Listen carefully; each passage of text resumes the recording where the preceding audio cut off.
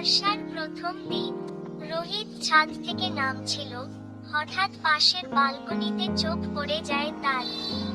সেই দেখে এক মহিলা দাঁড়িয়ে আছেন। সাদা শাড়ি ভিজে শরীরে লেপ্টে গেছে। বাইরে থেকেই শরীরের সব ভাঁজ বোঝা যাচ্ছে। তার চেহারাতে শান্তি, মুখে ক্লান্তি। আর সে কি অদ্ভুত এক মায়া। বৃষ্টি তখন মনের ভেতর ঢুকে পড়ে। রোহিত জানে না কেন তার পা থেমে যায় কিছুক্ষণ। পরদিন লিফটে দেখা হয় তাদের। রোহিত, কাল আপনার ছাদে দাঁড়ানোটা যেন বলিউড সিনেমার দৃশ্য। মিনা হেসে বলে, বৃষ্টি দেখছিলাম। কেউ দেখছে এটা তো বুঝিনি। একটা অদ্ভুত স্বাচ্ছন্দ্য তৈরি হয়, যেন দুজনেই কিছু বলার অপেক্ষায় ছিল। এক দুপুরে মিনা দরজায় আসে।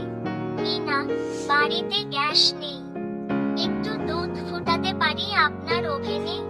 রোহিত এক বাক্যে হ্যাঁ বলে। মিনা ঢোকে।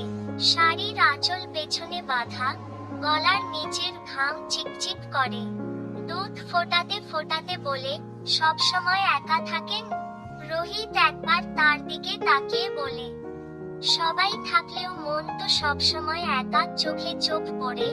অস্বস্তি নেই, শুধু কৌতূহল আর টান। বিকেল 5টা, বৃষ্টি শুরু। মিনা আবার আসে। এইবার কোনো অজুহাত নেই। রোহিত চা বানায়।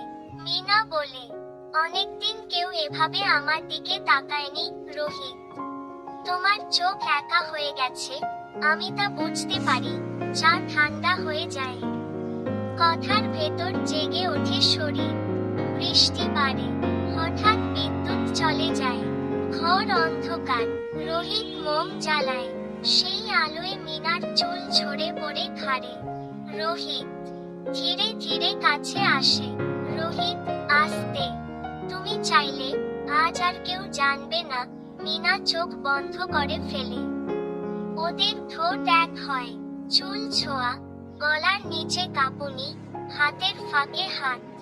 ঘর জুড়ে শরীরের ছন্দ। বৃষ্টির শব্দ একটানা পড়ছে। অনেকক্ষণ পর বিছানায় দুইজন নিঃশব্দ। মিনা জানালায় দাঁড়িয়ে বাইরে তাকিয়ে।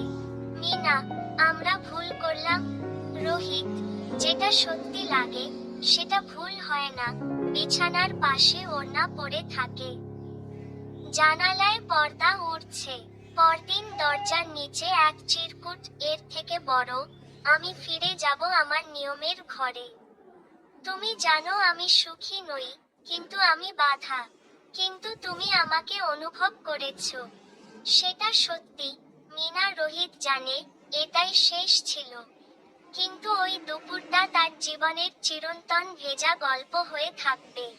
গল্পের শেষ, প্রতিটি শহরের প্রতিটি বৃষ্টির দিনে কোনো না কোনো দরজা বন্ধ হয়।